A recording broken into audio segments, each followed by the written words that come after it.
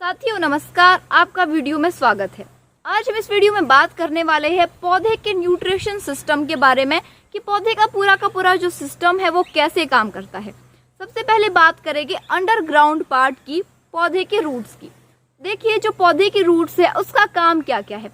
पौधे के रूट्स का काम है कि जो न्यूट्रेंट पौधे, जिन न्यूट्रेंट्स की आवश्यकता पौधे को है, उन न्यूट्रेंट्स को वो एकत्रित करती है, मिट्टी से एकत्रित करती है और ऊपर भेज देती है जाइलम परत के द्वारा। पौधे के अंदर दो परतें लगी हुई होती है, जाइलम और फ्लोएम।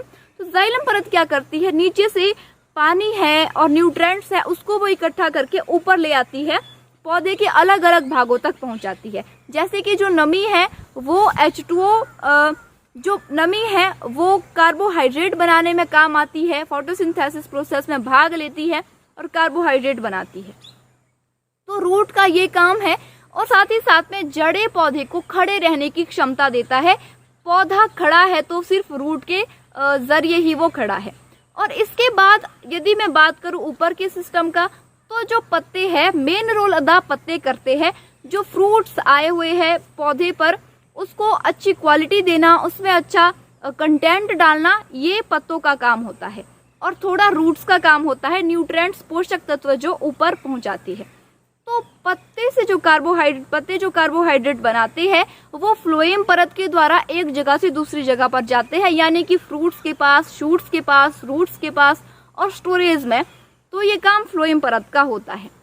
अब यहाँ पर मैं एक और चीज ऐड करूंगी जो है माइक्रोब्स। देखिए, जो पौधा है वो मिट्टी में लगा हुआ है और मिट्टी ही उसका एक खजाना है, मिट्टी पर ही वो निर्भर है। मिट्टी में जो न्यूट्रिएंट्स है, जो पोषक तत्व है, उसके बल पर ही वो खड़ा है।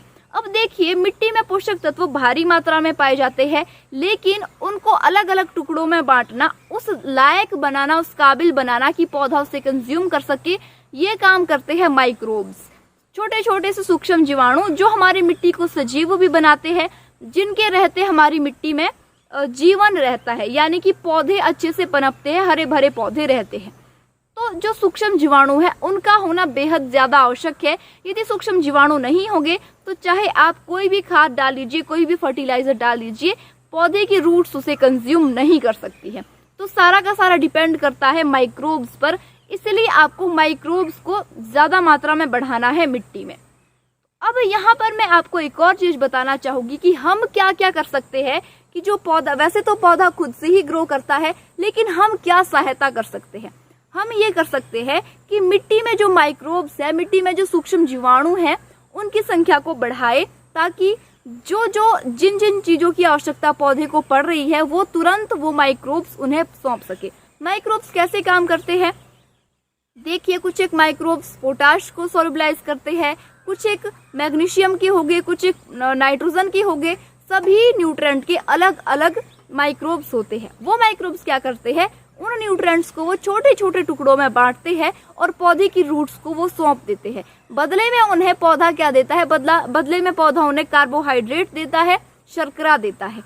तो वो माइक्रोब्स वो काम कर रहे हैं, वो माइक्रोब्स वो काम तभी कर रहे हैं क्योंकि वो मिट्टी में है। तो लेकिन यदि हम जैसे लगातार फर्टिलाइजर का यूज करते आ रहे हैं तो उससे उन माइक्रोब्स की धीरे धीरे करके मृत्यु हो रही है।